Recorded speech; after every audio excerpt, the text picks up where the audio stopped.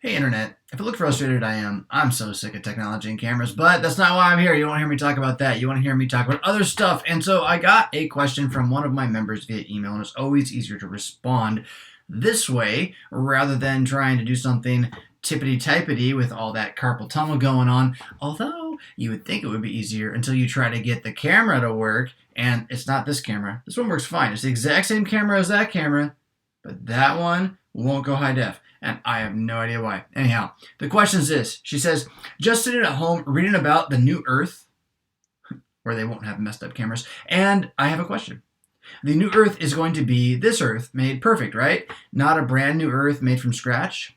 Not in a hurry for an answer, whenever you have time. So, well, yeah. The answer is that the whole creation longs with eager expectation, waiting for the day the sons of God will be revealed, as when we will rise from the dead with Jesus' body, making our bodies, so that we're no longer strictly the flesh of Adam and his fallen nature, but because of our unity, our common union even with Jesus, we will have this eternal nature that the mortal must put on the immortal. And it's not just eternal nature like in a God sense, but we will be what we were always intended to be. Death will no longer be master over us. And really, death isn't now. That's what faith is. Saving faith, not Oprah faith. Saving faith is everlasting life already here in the present. But, so, yes, we will be raised from the dead on that day. And the whole creation groans with eager expectation, waiting for that day, because they're going to get out of all these thorns and thistles and pain and sweat and nonsense too. But what does that mean? How's that going to play out? Is it going to be the same atoms? Is it going to be the same creation made from different atoms? He doesn't really tell us that one, right? He goes to prepare a place for us that where he is, we may also be. That's what we've been told. We've been told that our bodies, perishable as they are, must put on immortality. We've been told that our bodies, even though they are sleeping in Christ, that is dead, buried in the grave, well, they will yet rise again on the last day. And all the resurrections that would connect to this in the New Testament are pretty physical resurrections of the actual bodies.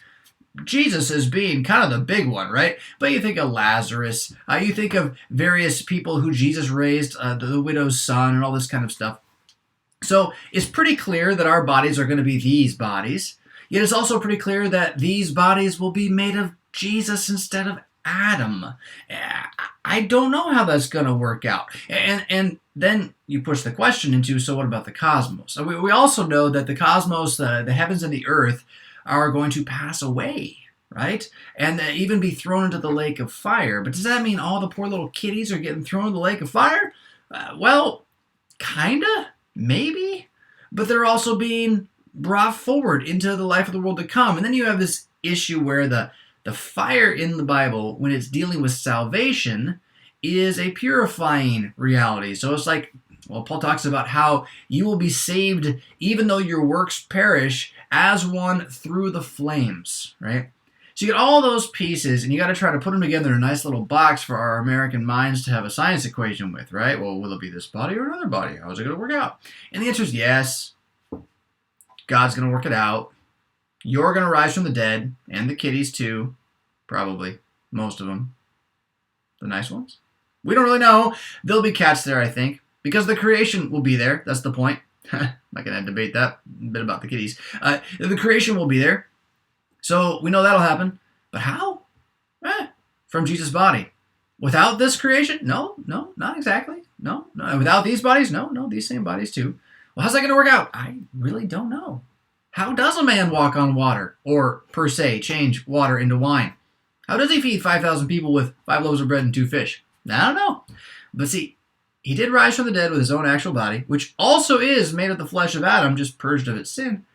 And from that, he's told us he's gonna raise us on the final day. And that's what we know. I can assure you this, though, that the new earth is going to be what you're looking forward to, right? This earth made perfect, the way you said it. Yes. Brand new earth made from scratch? I don't know. Like what? Guy goes to the supermarket, gets some flour and some salt and some sugar, makes up some new earth. I don't know. I don't know. I'm just making. I love the concept of earth made from scratch. Out of nothing, I guess would be the real thing to say, right? Ex nihilo, out of nothing. Will it be out of nothing? I can't give you an answer. I really can't. I would say, for my money, right? I'm kind of just assuming, no, not out of nothing. Out of this one. But how? And certainly not without denying any of this one being passing away bits of language of the scriptures. So it will pass away and then rise again in Jesus. That's kind of the point, right? Day of resurrection. So hope that helps out with your question. Yeah? That was an awkward way to end, but then again, the camera is to my left and down, which is a weird thing. Rock on.